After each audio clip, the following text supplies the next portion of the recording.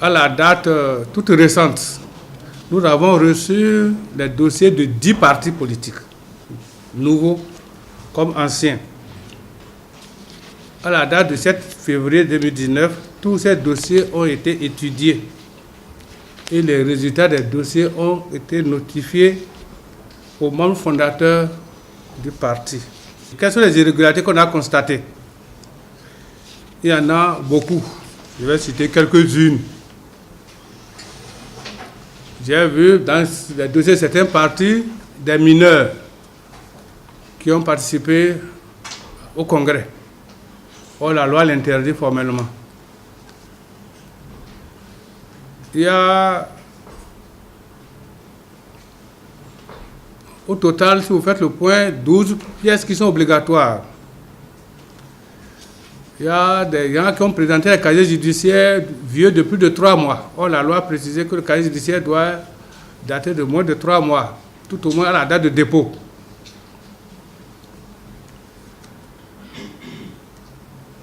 La signature de certaines attestations de résidence.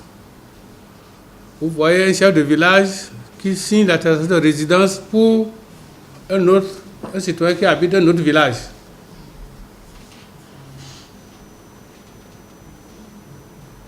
On constate des attestations de résidence non signées.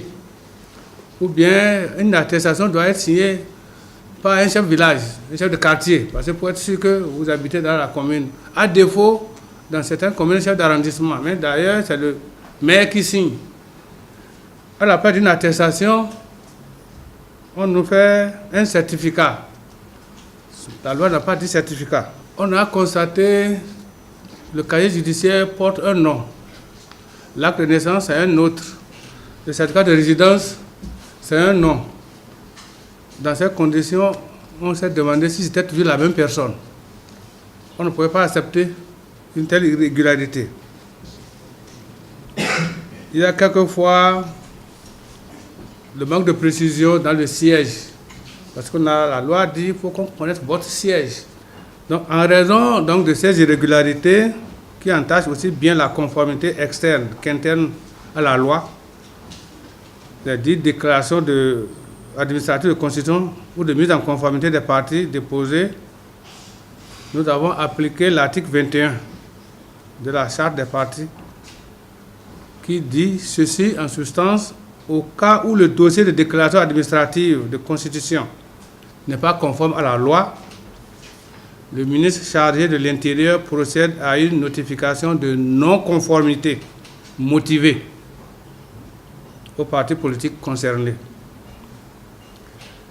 À ce jour, tous les 10 partis, les 10, 1, 2, 9, 10 partis ont reçu la notification de non-conformité.